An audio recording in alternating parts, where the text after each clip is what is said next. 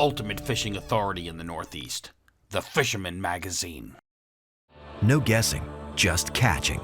New Explore Series fish finders keep you locked on fish with unbeatable clarity, best-in-class imaging options, and a stunning ultra-bright HD screen. There's more to explore, only with Humminbird. I'm Jim Hutchinson with the New Jersey, Delaware Bay edition of the Fisherman Magazine. It's Thursday, July 3rd, 2025, and on this very date in 1776, John Adams wrote a letter to his wife, Abigail, reflecting on the Continental Congress's decision to declare independence from Great Britain the day prior. That would have been July 2nd, 1776. And Mr. Adams mistakenly said, this will be the day, July 2nd, that will forever be celebrated as Independence Day with pomp and parade. Now, in our nation's timeline, we know that the final draft of the Declaration of Independence wouldn't come until Thursday, July 4th, 1776, and the rest, as they say, is history. But did you know, or do you remember, that until the Treaty of Paris was signed in 1783, the American War for Independence continued after 1776. There were a lot of skirmishes and battles and whatnot, but the final skirmish of the Revolutionary War actually happened here in New Jersey. I'm in the Pines in Barnegat, New Jersey, at the Cedar Bridge Tavern, and that is where the final independence skirmish happened in December of 1782. That is the rest of history. So yeah, Friday is the 4th. Some folks I know have taken this entire week off, or they're leaving Thursday tonight and enjoying next week off and getting that extra day of the holiday. But for many of us, you and I maybe, certainly me, we have Friday off, and that's good news because this is now a 2-day weekend for me. See, every Sunday, we still do the fishing reports at the Fisherman Magazine. So every Sunday I'm working, so I've got a 2-day weekend ahead. I'm very happy about that.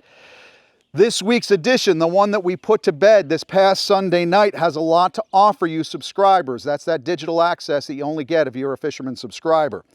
That's Camille Caruso on the cover with a 4¼ pound fluke. That was weighed in on June 17th. That was for the Fish Hawks Ladies Tournament out of Forked River. Now, we'll find out Thursday night if Camille here was the winner, or if she did win, and who exactly won that Gail Matuska Memorial event. I'll be there as speaker Thursday night. And hanging out with all the Fish Hawks folks. So we'll report back to you on who actually won that contest. But this week's Digital Weekly that came out Monday morning, it includes Dave Anderson's Spotlight on the Darter, another look at south winds from Matt Broderick, Bruce Litton's unique mechanized vegetation removal machine fishing around that treatise if you want to get out there on the freshwater. And of course, we've also got Mark Sadati offering his angle on fishing nymphs. So a couple of freshwater pieces in here, which is pretty cool for this Independence Day weekend, because honestly, freshwater approach might be a little bit better for some folks who don't like the Jersey Shore crowds or the heat. Although the heat is going to be cut. I know as of the heavy rains that we had on Tuesday and into Wednesday morning, it kind of cut the heat. And Friday, Saturday, Sunday along the coast heading into this 3-day weekend, a little cooler. Though I do know, obviously, the mountains are going to be even cooler than that. We'll check in with George Schauer, a Pocono Outdoors guy, for more on that. So let's look at our forecast for the weekend ahead, because that becomes the most important. Marine forecast out of Atlantic City as of midweek. NOAA weather is calling for mostly light winds, less than 10 knots through Sunday morning along our inshore and back bay grounds. So that looks really nice. A little dose of west, southwest, south, southeast, north, a little bit of variety in our forecast. But again, according to NOAA Marine Weather, middle of the week, those winds should be hospitable for folks fishing the inshore grounds this weekend. Now, offshore from the Hudson to Baltimore, 3 to 4s, Friday, Saturday, and most of Sundays. Though Saturday, I would tell you, looks quite tasty. According to the NOAA forecast, less than 10 knot winds becoming variable, which is just about nothing. And again, those 3 to 4s offshore. Now, in our reports this week that we post every Sunday night, Monday morning at thefisherman.com, Nick Honicheski called it, quote, pretty much nonstop surf fluke reports from up and down the coast as some quality fish pushing near 5 pounds are being angled in all sections of the Garden State. He said there are smaller 1 to 3 pound bluefish moving in and out of the surf line. We're also getting reports of kingfish and spot and croakers, with a few more of those exotics like cobia and triggerfish showing up along the South Jetty, the South Jersey jetty rocks in particular, along with those sheep's head. So sheep's heading from, let's say, Barnegat Light down into Cape May and across into Lewis. That's a really good bet. Now, something popped up on my social media this week. No, it wasn't somebody calling me a nasty name, although that's kind of a redundant theme at this point. No, I saw somebody at a Jersey Shore jetty. It appeared sometime over the weekend, caught themselves a Spanish mackerel. So that is certainly a possibility now as we head into this first weekend of July and throughout the rest of the months. Think small tins, deadly dicks, tsunami slim waves, those small metals that look like deadly dicks, the epoxy jigs. Always look for terns kind of hovering over top if you're in the surf line. If you're spending the weekend with family and you see that tern, it's just kind of focused on something. A lot of times they're sitting on top of predators like Spanish mackerel. I was checking my phone to look at some of the photos from years past when I started catching Spanish mackerel in the surf. And usually it's by the first week or two of July, right on target for heading into this Independence Day weekend. Now, someone in the comments section of last week's video said, quote, "No one is catching diddly squat up and down Monmouth County surf." Now, I guess the ticket would really be to stick and move. You got to move those notched groins to notched groins that you see in the Belmar Spring Lake area. But if you're not catching fish in a particular pocket, you really got to move if that's your ability to do so. If you're parked out on the blanket with the wife and kids, that doesn't help you much, but you got to be up for moving around, because I did see where Giglio's and Seabright this week posted job well done to Christian, who managed 3-keeper fluke in the surf. Again, that magic number up to 4.5 pounds using gulp jerk shads. I heard there was a good bite around Shark River Inlet on Tuesday before the thunder and lightning storms blew through. The crew from the Tackle Box in Hazlitt in our reports this week also reported the Sandy Hook shoreline might be a good bet for you folks looking for some surf fluke. They recommended Parking Lot C and the Bayside off of Plum Island. They also noted how spot and croaker are being caught from some of those piers, Kingsburg and also the Belfort Pier as well. The prevalence of spot all up and down the Jersey coast at this time has allowed a lot of fluke anglers to change up their tactics a bit, sort of like what we talked about last week. I'm still all bucktails. Teasers, gulp, fish bites, but those liveys, those live spot are really scoring well on some good sized fluke at this point. My buddy Captain Jeff Evans keeps trying to convert me. He says, "Come on over to the dark side, I'll give you some spot." I'm a stubborn fool, as his crew continues to do well with those Cape May goodies on the fluke grounds. That's the upper stretches of the Barnegat Bay. Jeff's son Will here, age 16, along with Cheryl Simonik, and some upper Barnegat Bay flatties on live spot. Mark Halpin, he had an 8-pounder last week aboard the Deborah Ann out of Belmar on a trip sponsored by Palmarius and Tommy Tog Jigs, while it was the Norma K where Brandon Kozlowski got his first keeper out of Point Pleasant. So I'm looking at those head boats. They're now starting to get into that ocean bite at this point, which is all good news. All along the Jersey Shore, I am hearing from various sources of an improving fluke bite along those reefs and wrecks. Anthony Califano, he's our South Jersey field editor. On Sunday, he spoke with the folks at Hands 2 Bait and Tackle in Cape May. Said a lot of shorts last week at Wildwood and Cape May reef sites, but some bigger flatties out around the old grounds. Larger baits are the norm. Anthony said he got it from the folks at Hands 2. Some of those bigger 6-inch nuclear chicken-colored gulp mullet and pink shine grubs seem to be the hot ticket for those folks working the sticky stuff out front. Again, there are still some fluke in the back bay. Tom Godfrey let me know he was out with his sons fishing the bay. Thomas here had a personal best 24.5 incher, but they tallied 60 throwback fish for a total of 4 keepers.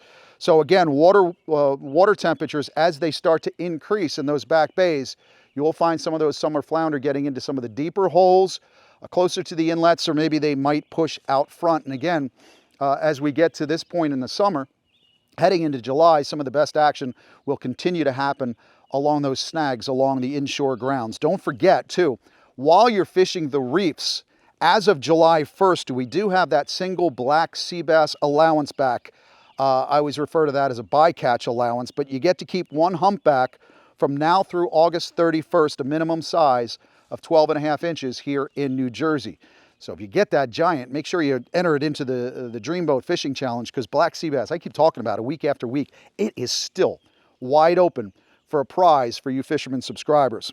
On the regulatory front, I'll remind you that porgy closed in New Jersey as of June 30th. It doesn't come back into play here at the Jersey Shore until September 1st. And of course, an issue that we've been following for some time now is bluefin tuna. And as of this week, July 1st, HMS angling permitted vessels are allowed one bluefin tuna from 27 to less than 73 inches.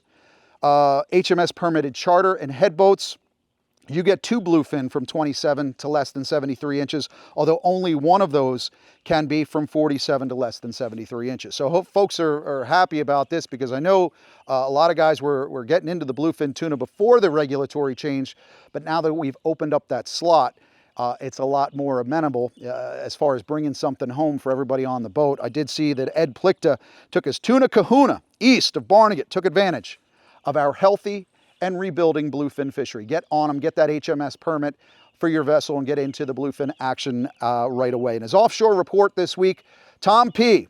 said the folks at the Reel Seat, they pointed to the Atlantic Princess area for bluefin on Mad Mattis poppers, said mixed-size yellowfin are blasting purple Reel Seat spreader bars tricked with zucchini stinger.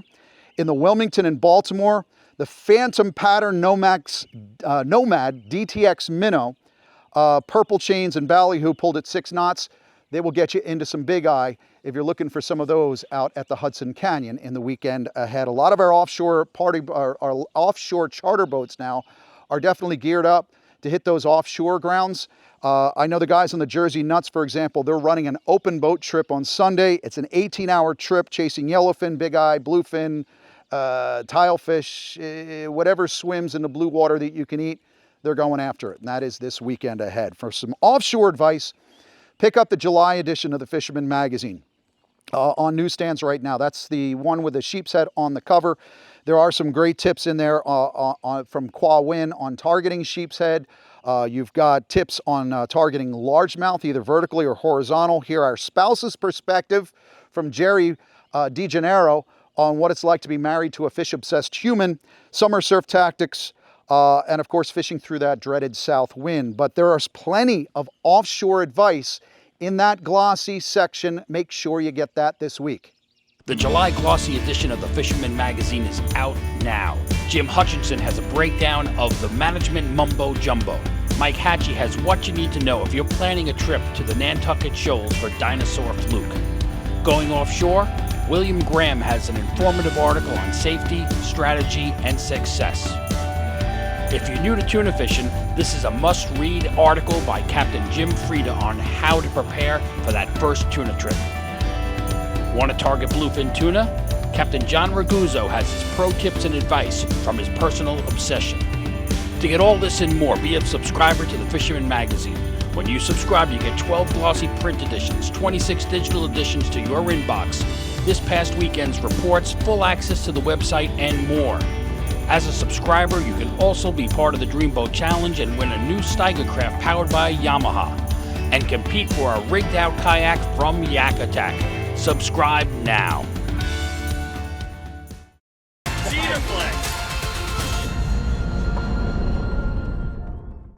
For more than 20 years, anglers everywhere have come to know one thing: that nothing says no to fish bites. Now this week, in honor of Independence Day, we're releasing our video project from the Manhattan Cup. That event was on June 6th. It's an 11-minute video. Jenny Ackerman did all the edits. We worked on this, but we said, geez, this is really cool. In honor of our veterans and those wounded warriors, if we release this project heading into the Independence Day weekend. So if you're a YouTube subscriber, look for that 11-minute video. It is already released today. You can go to thefisherman.com and check that out. It's pretty cool. We interviewed Frank Crescitelli.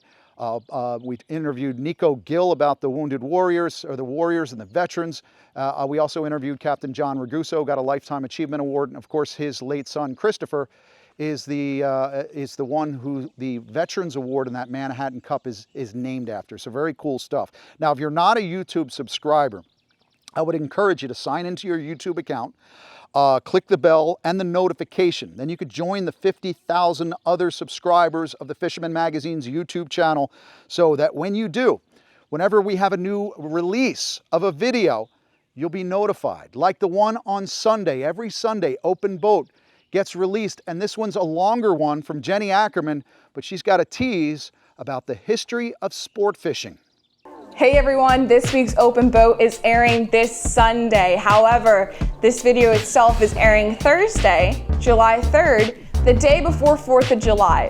So happy 4th of July, Fisherman Magazine subscribers, and the Open Boat, I am going to be talking about history of America, but not just any old history, maritime history. So we're getting into how America came to be through the fishing industry. And it's a great one, and I will see you guys on Sunday at 6 p.m. So catch you guys out there.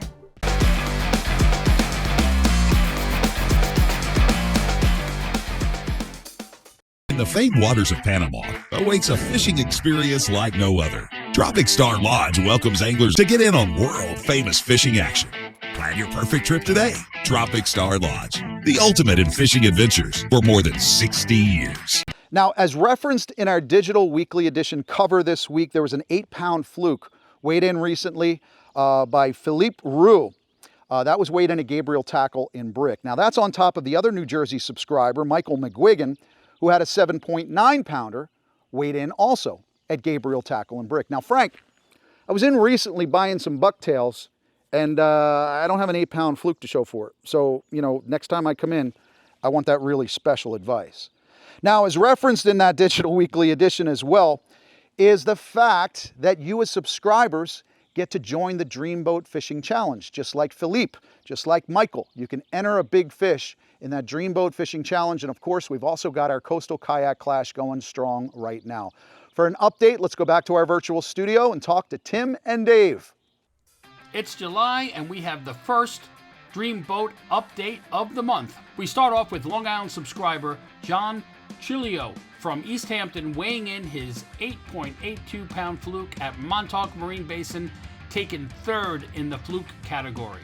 Then is Paul Albarano, Long Island subscriber from Medford, New York, with a 2.11 Sea Robin weighed in at J&J Sports, putting Paul in ninth for the Sea Robin class. Putting another entry on the board is Long Island subscriber Rashawn Williams of Brooklyn, New York, with a porgy coming in at 2.41 pounds, weighed in at East Coast Fishing Bait and Tackle, which places Rashawn in third in the porgy class. New Jersey subscriber Felipe Rua from Brick, New Jersey, brings in this 8.05-pound fluke weighed in a Gabriel tackle, placing Felipe in fourth in the fluke category.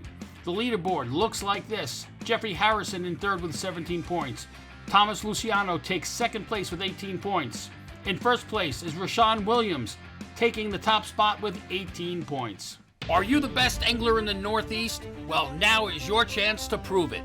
The Fisherman's Dreamboat contest is back. Win this Steigercraft center console powered by Yamaha, along with these other great prizes. Fish hard and weigh in as many of these species to be top on the leaderboard. What's the catch? You must be a subscriber to the Fisherman Magazine. All it takes is one fish on the board to win a great prize, so however you fish, you have a shot. For all the details and official rules, visit thefisherman.com. Holy fluke! This week we saw 5 fish hit the board in the CKC, including 2 doormat fluke. The first of those was entered by Robert Johnson of Millerton, New York, and now holds third place at 25.5 inches. Then we had Warwick, Rhode Island's Dustin Stevens, who landed a mammoth 27-incher, which now leads the fluke category.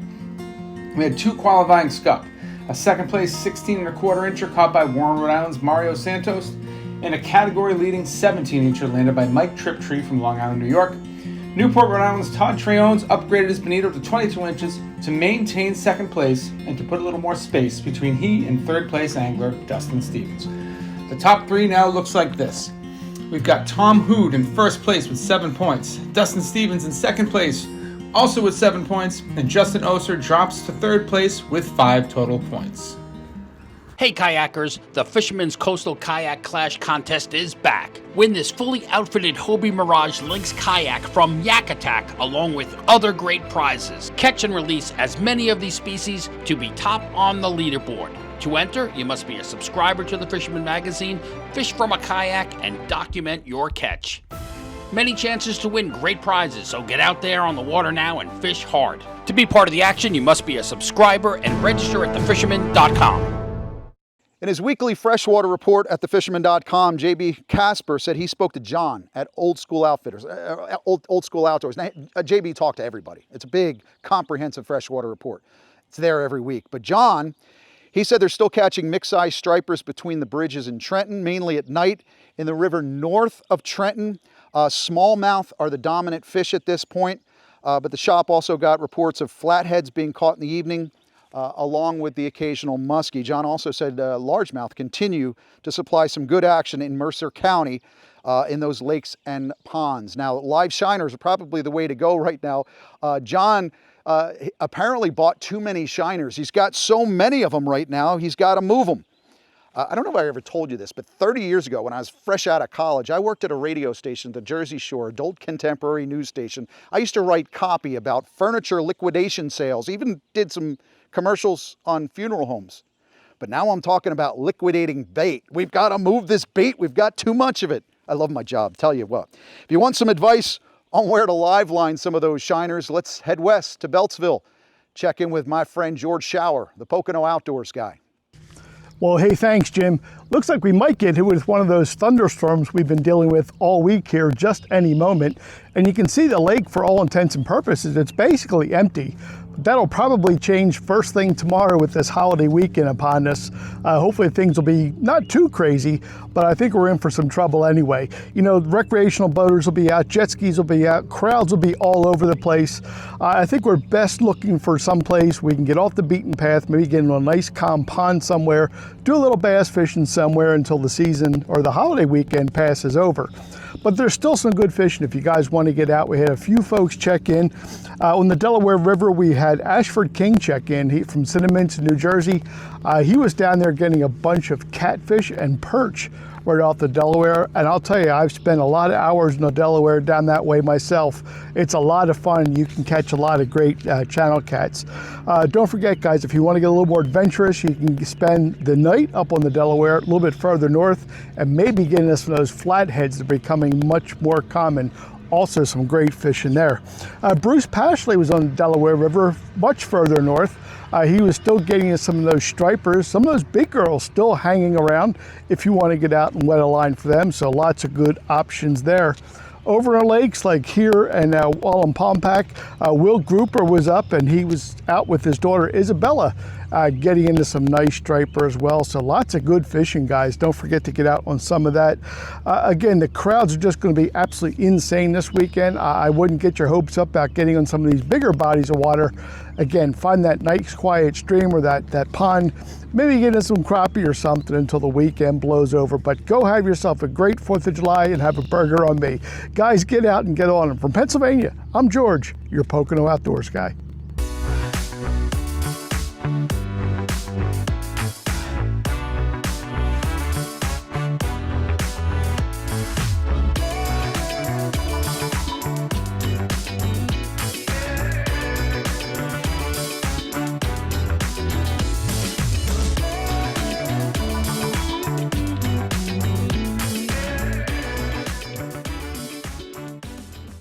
Read my lips. No new tax. Not on boat sales. Not in New Jersey. Big story here in New Jersey in the past month or so has been the 2026 fiscal year budget that was proposed by my good friend Phil Murphy, Governor Phil Murphy, great governor here in the state of New Jersey.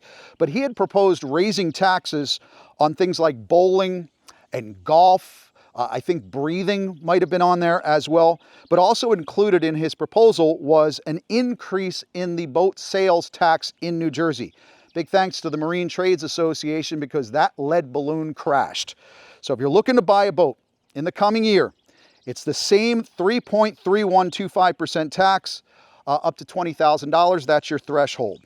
And this is going to be a huge boost to folks who put off their boat purchase until maybe sometime next year. But the other thing that it's also going to do, it's going to keep more folks boating in New Jersey, because if you want to buy in Delaware because their taxes are lower, then you really have to keep your boat in Delaware as well, because if you keep your boat down there, then you're not going to pay that registration fee in New Jersey. Now, I'll have more on this in next week's edition of the digital edition of the Fisherman Magazine. Hopefully dispel any myths you might have about taxing boats and bowlers and breathers.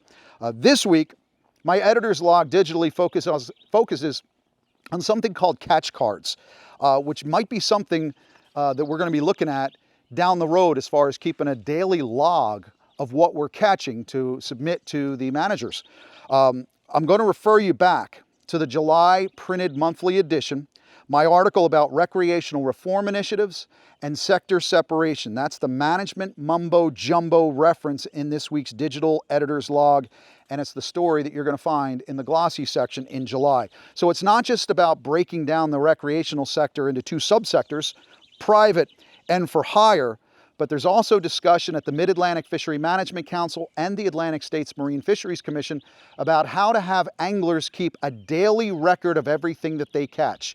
Those are those catch cards that we are talking about in the editorial. So read through that so you have a better understanding, because this is one of the things they're talking about. And in fact, they do this already. Now, how am I going to say this? In the body of water that's shared by states like Florida, Mississippi, Alabama, Louisiana, and Texas, the Gulf, that's done through an app, right, on your phone. While working up with this story, the management mumbo jumbo, I had talked to the managers and got them to look at it, and they said, well, I got myself in a little bit of trouble because I was reminded that that body of water for those states that's also shared with Mexico has changed. And if you follow my Instagram account, you'll know that some folks didn't react too kindly to my reference to the Gulf. Y'all are keeping me very busy writing editor's logs, I'll tell you that. I'll address that particularly sticky wicket in an editor's log in about 2 weeks. But it's getting to the point where just reporting on fisheries management and names on maps can lead to boycotts. It's a crazy, crazy world. Read that July edition. It's a big story, but you'll get a better understanding of what these fisheries managers are reviewing right now in terms of recreational management, the reform initiative, and also sector separation. By the way, cobia is a popular fishery down in the Gulf. It's also popular at the mouth of the Chesapeake Bay Bridge Tunnel. I could still say Chesapeake, right? Yeah, I can still say Chesapeake. But we're also getting some cobia reports here at the Jersey Shore as well. Grumpy's reported this week that at Andrews Matt 00 caught this one while fluking last week. Not a keeper.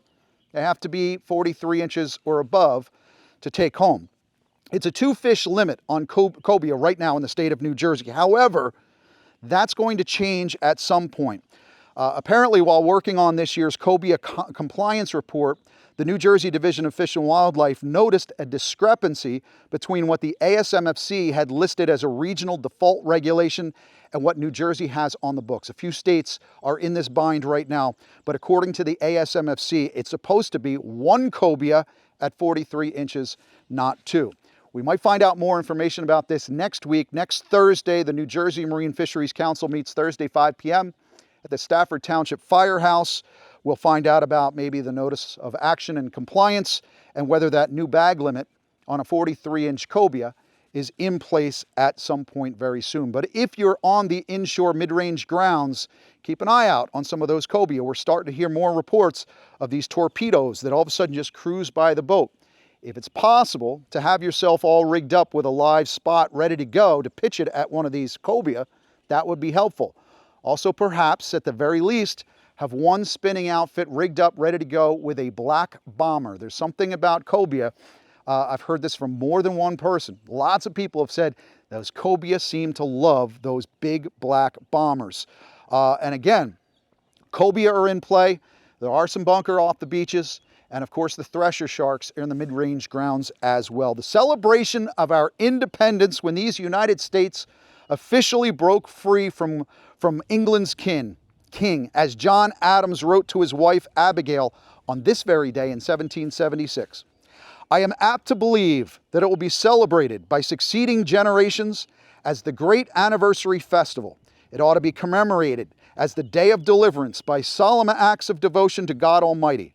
It ought to be solemnized with pomp and parade, with shoes, which is shows, games, sports, guns, bells, bonfires, and illuminations from one end of this continent to the other from this time forward forevermore. So this historic document that we're talking about that ended with this final skirmish here at Cedar Bridge in Barnegat, it was signed by 5 New Jerseyans: Abraham Clark of Elizabethtown, Rahway, John Hart of Hopewell Township, Francis Hopkinson of Bordentown, John Witherspoon from Princeton, and Senator Richard Stockton, also of Princeton, namesake of Stockton University. Anyone remember Paul Harvey? And now you know the rest of the story. God bless you. God bless the United States of America. Catch 'em up. We'll see you again next week right here at thefisherman.com.